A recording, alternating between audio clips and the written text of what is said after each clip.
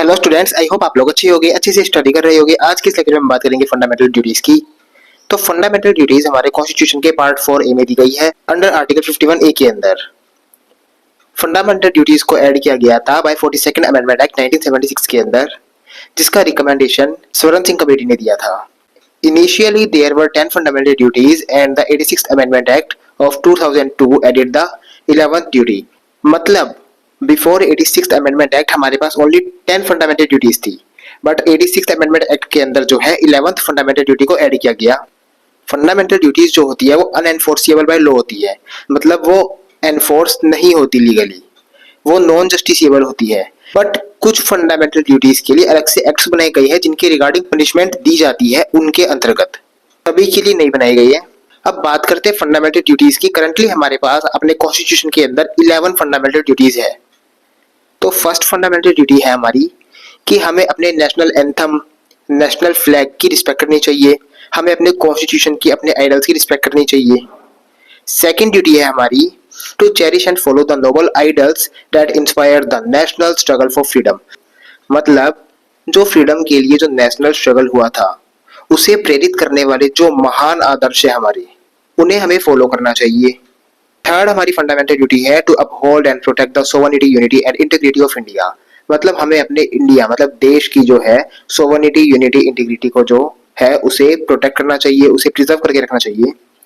Fourth fundamental duty है to defend the country and render national services when called upon to do so. मतलब जब भी देश को आपकी जरूरत पड़े, जब भी आपका देश के लिए कर्तव्य निभाने का जब टाइम आए तो आपको उसके लिए तत्पर रहना चाहिए। जब भी कंट्री को आपकी जरूरत पड़े तो आपको उसमें पार्टिसिपेट लेना चाहिए, आपको वहां पर होना चाहिए उस टाइम पे।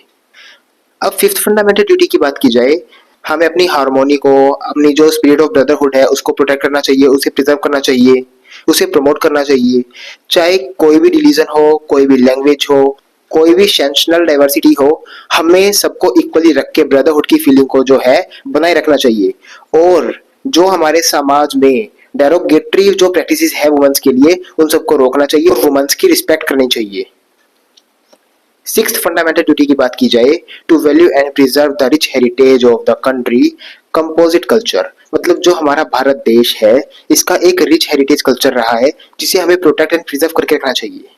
सेवंथ फंडामेंटल ड्यूटी की बात की जाए, to protect and improve the natural environment including forest, lakes, rivers and wild life and to have compassion for living creatures.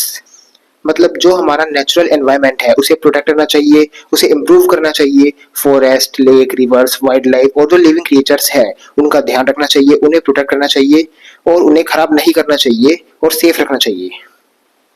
Eighth fundamental duty की बात की जाए तो हमें जो है साइंटिफिकली सोचना चाहिए, लॉजिकली सोचना चाहिए, लॉजिकली काम करना चाहिए, ह्यूमैनिज्म को प्रमोट करना चाहिए।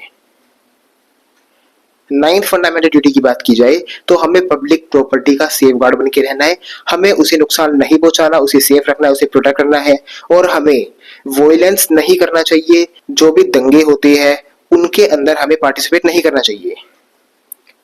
टेंथ फंडामेंटल ड्यूटी की बात की जाए तो हमें हमेशा एक्सीलेंस की तरफ जाना चाहिए, हमेशा खुद को इम्प्रूव करना चाहिए, बेटर बनना चाहिए और देश के लिए काम करना चाहिए, जिससे जो है हमारी कंट्री जो है हायर लेवल अचीव कर सके और कंट्री का प्रॉफिट हो।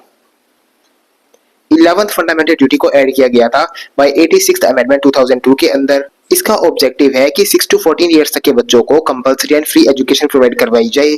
उनके पेरेंट्स एंड गार्जियंस की रिस्पॉन्सिबिलिटी बनती है कि वो उनका स्कूल में एडमिशन करवाए और उनको 6 to 14 ईयर्स तक कंपलसरी एजुकेशन प्रोवाइड करवाए।